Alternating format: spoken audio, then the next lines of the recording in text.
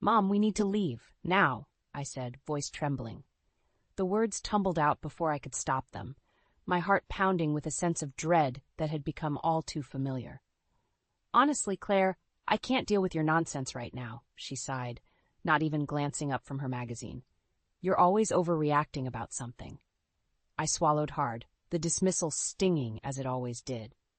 From as far back as I could remember, I'd had these inexplicable gut feelings, warnings that would scream at me to avoid certain situations or people. More often than not, they proved to be accurate, like the time I insisted we leave a restaurant only for a horrific kitchen fire to break out minutes later. Or when I pleaded with Mom to take a different route home, and we narrowly missed a multi-car pileup. But instead of being praised for my intuition, I was labeled as a troublemaker, a jinx. My parents brushed off my concerns, chalking them up to an overactive imagination or attention-seeking behavior. The only one who seemed to understand was my little sister Julia, who would cling to me whenever I sensed danger, her big eyes wide with trust. That trust slowly eroded as we grew older. With each passing year, the rift between Julia and me widened, fueled by our parents' blatant favoritism. While I was constantly criticized for my oddness, Julia could do no wrong in their eyes. She was the golden child, showered with affection and opportunities that I could only dream of. "Claire, you're being ridiculous," Mom snapped, jolting me back to the present. "We're not going anywhere. Your sister has an important dance recital tonight, and we're not missing it because of your silly premonitions." I opened my mouth to protest, but the words died on my lips. It was no use. They never listened, no matter how dire the situation.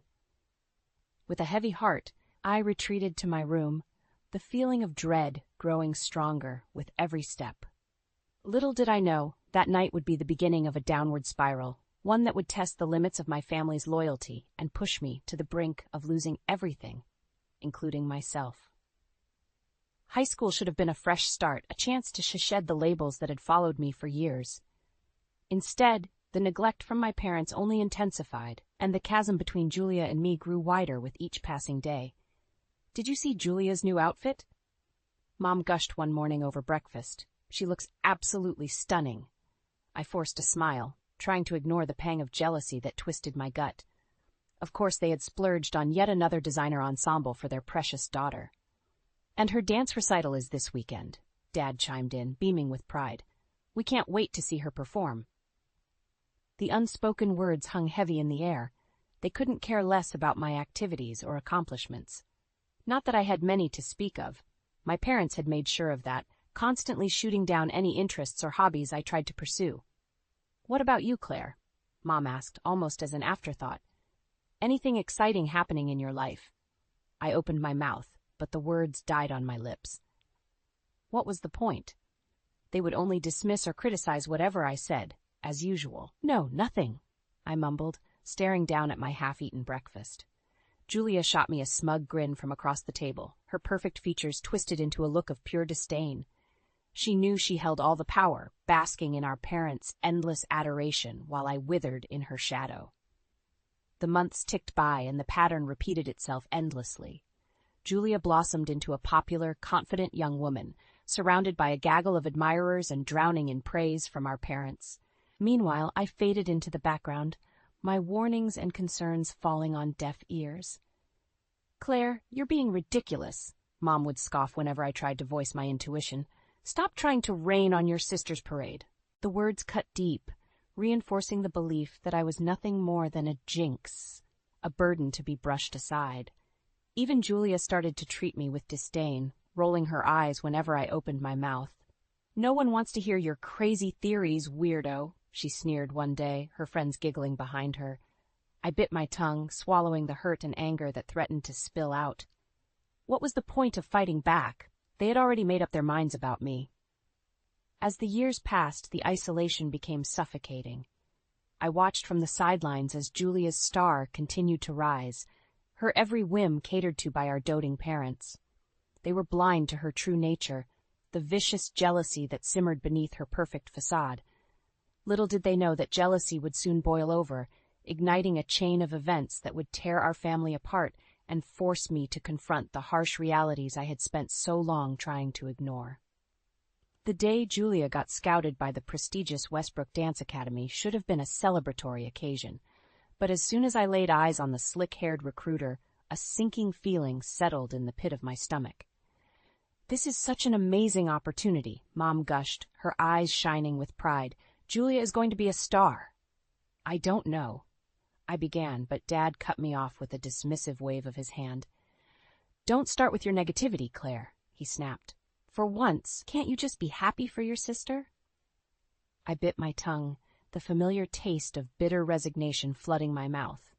Of course, they wouldn't listen to my concerns, not when it came to their golden child. Over the next few weeks, the feeling of dread only intensified.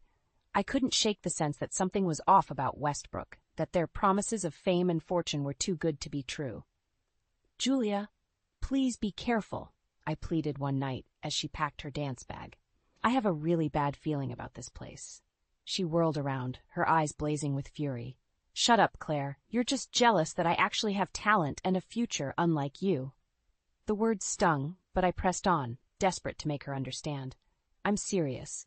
Those people seem shady, and I don't want you to get hurt." Julia let out a derisive laugh. "Oh my God, you're delusional. Stay out of my business, freak." With that, she stormed out, leaving me alone with my mounting sense of dread. Sure enough, my worst fears were realized. Within weeks, the truth about Westbrook began to unravel. They were nothing more than a glorified exploitation ring, luring in talented students with promises of stardom, only to bleed their families dry with exorbitant fees and shady contracts. "How could you let this happen?" Dad raged, his face contorted with anger. "You jinxed this opportunity for your sister." "I tried to warn you," I pleaded, my voice trembling, "but none of you would listen to me." Mom shook her head, her lips curled in disgust. "This is all your fault, Claire. If you hadn't been so negative and discouraging, none of this would have happened." The words cut deeper than any knife, reinforcing the belief that I was nothing more than a burden, a blight on their perfect family. As the financial strain mounted, the tension in our household became unbearable. Julia grew increasingly resentful, her once bright future now tarnished by the failures of Westbrook. "I hate you," she hissed one night, her eyes burning with rage. "You've ruined everything for me, just like you always do." I wanted to scream, to shake her and make her see reason, but deep down, I knew it was pointless. In their eyes, I would always be the problem, the one to blame for every misfortune that befell our family. As the walls closed in around me, I found myself retreating further and further into a world of isolation, my only solace, the knowledge that I had tried to prevent this catastrophe. But even that small comfort was overshadowed by the growing realization that my family's love and loyalty had limits, and I had long since exceeded them. As the walls of isolation closed in around me, a glimmer of hope appeared in the form of Mrs. Reynolds, my English teacher. From the moment I stepped into her class, I sensed something different about her, a quiet understanding that seemed to radiate from her kind eyes. "Claire, can I speak with you for a moment?" she asked one day after class, a warm smile playing across her lips. I nodded warily, bracing myself for yet another adult who would dismiss or belittle me. But Mrs. Reynolds surprised me. "I can't help but notice the way you carry yourself," she began, her voice gentle. "It's almost like you're shouldering a weight that no one else can see." My breath caught in my throat, and for a moment I considered brushing her off like I had so many others. But there was something about her demeanor, something that made me want to trust her. "It's complicated," I finally said, the words tumbling out in a rush. "I have these feelings, these gut instincts that something bad is going to happen. And no matter how hard I try to warn people, they never listen." To my surprise, Mrs. Reynolds didn't laugh or roll her eyes. Instead, she nodded slowly, her expression thoughtful. "I understand more than you know, Claire," she murmured. "You see, I have a similar gift, a heightened sense of empathy that allows me to read people's emotions and intentions." I stared at her, my heart pounding in my chest. Could it be possible that I wasn't alone, that there was someone else out there who understood what I was going through? Over the following weeks, Mrs. Reynolds became my mentor, guiding me through the intricacies of my abilities and helping me to embrace them as a strength rather than a curse. "Your intuition is a powerful tool," she explained one day, but it's up to you to learn how to wield it wisely.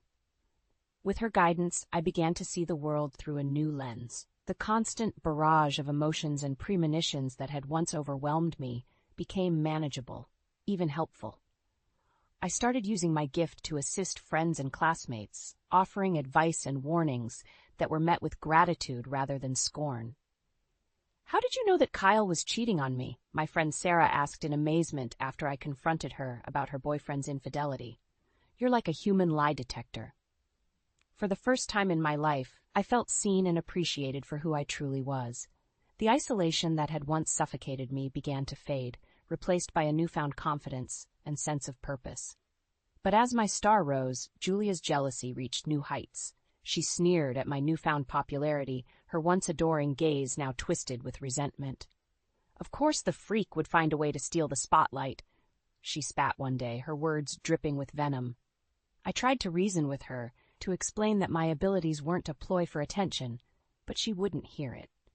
In her eyes, I was nothing more than a threat to her own fragile ego, a constant reminder of her failures and our parents' misplaced loyalty.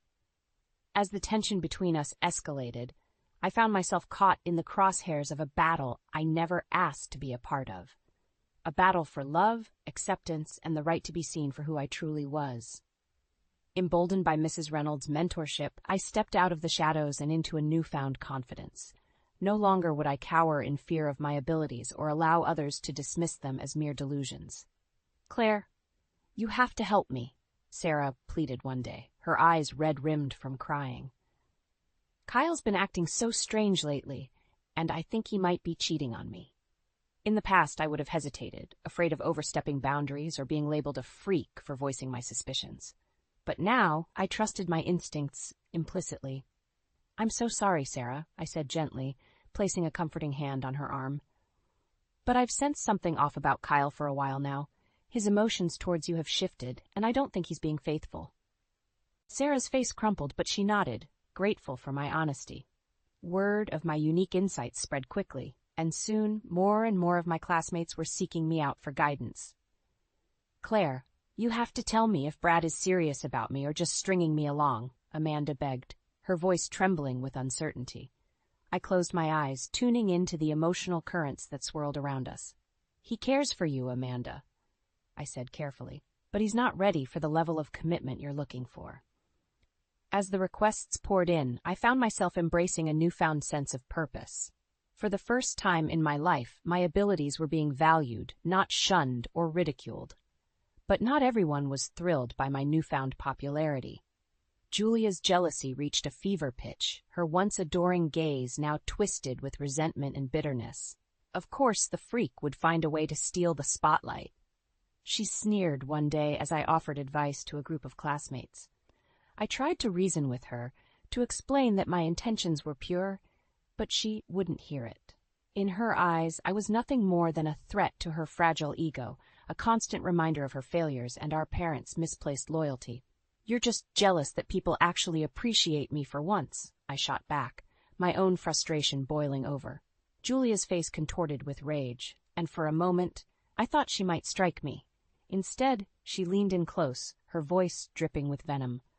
"Enjoy your little moment in the sun, Claire," she hissed, "because I'm going to make sure it doesn't last." From that day on, the battle lines were drawn. Julia made it her personal mission to undermine me at every turn, spreading rumors and lies in a desperate attempt to claw back the attention she so desperately craved. But for once, her efforts were futile. My newfound confidence was unshakable, bolstered by the knowledge that I was finally using my abilities to help those around me. As the tension between us reached a boiling point, I couldn't help but wonder if our toxic sibling rivalry would ever be resolved, or if it was destined to consume us both in a blaze of jealousy and resentment. "You seriously think you deserve a seat here, Claire?" Julia smirked as I took my place at the family table for her wedding reception. The venom in her voice sent a chill down my spine, but I refused to back down. Not this time. "Of course she does," Mom chided, though her tone lacked any real conviction. "She's part of the family." Julia let out a derisive laugh. "Barely. We all know you've never really accepted her gifts." She made air quotes with her perfectly manicured fingers. Before I could respond, a familiar voice cut through the tension. "Julia, this is outrageous. Leave your sister alone, or I'll have you removed from your own wedding." I whipped around to see none other than Mr. Anderson, the father of one of my closest friends, striding towards our table. His stern gaze swept over Julia and her new husband, Rick, leaving no doubt as to his distaste for their behavior. "Mr. Anderson," I stammered, equal parts relieved and mortified that he had witnessed Julia's cruelty. "You didn't have to." "Nonsense, Claire," he interrupted, his voice firm but kind. "I would be remiss if I didn't speak up in defense of someone who has done so much for my family and this community." Julia's face flushed a deep crimson, her carefully crafted facade of perfection cracking ever so slightly. Rick, meanwhile, shifted uncomfortably in his seat, his bravado deflating like a punctured balloon. "What are you talking about?" Mom demanded, her eyes narrowing at Mr. Anderson. He smiled, seemingly unperturbed by her hostility. "Claire's unique abilities have been invaluable to my business ventures. Her insights and intuition have helped me navigate countless difficult decisions and partnerships, saving me from potential disasters time and time again." I felt a swell of pride in my chest, mixed with a twinge of guilt for not sharing these accomplishments with my family sooner. But deep down, I knew it wouldn't have mattered. They were too blinded by their favoritism towards Julia to ever truly appreciate my gifts. "Is this true, Claire?" Dad asked, his brow furrowed in confusion. I nodded, holding Mr. Anderson's supportive gaze. "It is, but I never wanted to make a big deal out of it. I was just trying to help where I could." Julia's face twisted into an ugly sneer, her carefully curated mask of perfection shattering completely. "Of course," she spat, "always the martyr trying to make me look bad." "That's enough, Julia," Mr. Anderson said firmly. "Your pettiness and jealousy towards your sister have gone too far. It's time for you to face the consequences of your actions." With those words, he turned to address the assembled guests, his voice ringing out clear and authoritative. "Ladies and gentlemen, I'm afraid I have some disturbing news to share about the bride and groom." As Mr. Anderson proceeded to lay bare the sordid details of Rick's shady past and Julia's manipulative behavior, I couldn't help but feel a sense of vindication wash over me. For too long, I had been the scapegoat, the outcast forced to bear the brunt of my family's dysfunction. But in that moment, the tables had turned. Julia's carefully constructed facade was crumbling, exposing the ugly truth that had been festering beneath the surface for years. And as the gasps and murmurs of shock rippled through the crowd, I knew that this was only the beginning, the first step towards reclaiming my rightful place in a family that had long since abandoned me. As Mr. Anderson's damning revelations about Rick and Julia's sordid behavior echoed through the stunned silence of the reception hall, I could practically feel the weight of years of mistreatment and neglect lifting from my shoulders. "Rick Thompson is nothing more than a con man preying on wealthy families like yours to fund his lavish lifestyle," Mr. Anderson declared, his voice ringing with righteous fury. "And your daughter Julia was all too willing to be his accomplice, manipulating and deceiving everyone around her in pursuit of money and status." Julia's face had drained of all color, her perfect veneer cracking further with each word. Rick, meanwhile, seemed to shrink in on himself, the bravado he once exuded now replaced by a palpable sense of shame and fear. "You're lying," Julia shrieked, her voice shrill with desperation. "Rick loves me, and we're going to be so happy together." Mr. Anderson fixed her with a withering stare. "Wake up, Julia. The only thing Rick loves is your family's money. He's been using you from the start, and you were too blinded by your own greed and desire for validation to see it." A collective gasp rippled through the crowd, followed by a torrent of hushed whispers and pointed stares. For the first time in my life, the tables had turned. Julia was the one being ostracized, her carefully cultivated image of perfection crumbling before our very eyes. "And as for you," Mr. Anderson continued, turning his steely gaze towards my stunned parents, "you should be ashamed of yourselves for enabling Julia's behavior and alienating Claire in the process." Mom opened her mouth to protest, but Mr. Anderson held up a hand, silencing her. "Don't bother denying it. I've seen firsthand how you've dismissed and belittled Claire's gifts, treating her like a pariah while showering Julia with endless praise and attention. Well, no more." He gestured towards me, his expression softening ever so slightly. Claire is an extraordinary young woman whose talents and insights have helped countless people, myself included. She deserves to be celebrated, not shunned by her own family. As his words washed over me, I felt a surge of emotion. Gratitude, vindication, and yes, a twinge of petty satisfaction at seeing Julia's carefully constructed facade finally shattered beyond repair. For years, I had been the outcast, the black sheep forced to bear the brunt of my family's dysfunction and cruelty. But in that moment, the tides had turned, and it was Julia who found herself on the outside looking in, her mask of perfection stripped away to reveal the ugly truth beneath. As the stunned silence gave way to a cacophony of whispers and murmurs, I couldn't help but feel a sense of triumph. Finally, after years of suffering in silence, the truth was laid bare for all to see, and Julia had no one to blame but herself. With a deep breath, I straightened my shoulders and held my head high, basking in the knowledge that my long journey towards redemption and acceptance was finally within reach. The path ahead might be uncertain, but one thing was clear. I would never again allow myself to be defined by the cruelty and pettiness of others. From this moment on, I would forge my own destiny, unburdened by the weight of my family's toxic legacy. The weight of the past fell away as I stepped out into the crisp morning air, my meager belongings tucked into a battered suitcase. The door closed behind me with a decisive click, severing the final ties to the toxic environment that had once been my home. As I made my way down the familiar street, I couldn't help but reflect on the tumultuous journey that had led me to this point. The years of neglect and emotional abuse at the hands of my own family, the constant dismissal of my gifts, the unbearable strain of living in Julia's shadow, it all seemed like a distant nightmare, one that I had finally awakened from. The events of Julia's disastrous wedding had been the catalyst, the tipping point that had finally forced me to confront the harsh realities I had spent so long trying to ignore. With Mr. Anderson's support and my newfound confidence, I had mustered the strength to break free from the toxic cycle of manipulation and cruelty that had defined my relationship with my family for far too long. The confrontation had been explosive, a maelstrom of bitter accusations and long-festering resentments finally unleashed. Julia, of course, had been utterly unrepentant, hurling vicious insults and denials even as the evidence of her misdeeds mounted. "You're just jealous that I'm the one who's actually successful and happy," she had spat, her perfect facade now shattered beyond repair. Mom and Dad, meanwhile, had retreated into a defensive silence, their blind loyalty to Julia rendering them incapable of acknowledging the truth that had been laid bare before them. In the end, it had been a lost cause, a family so poisoned by dysfunction and favoritism that they were beyond redemption. And so, with a heavy heart, I had made the decision to walk away, to forge my own path and leave the toxic remnants of my past behind.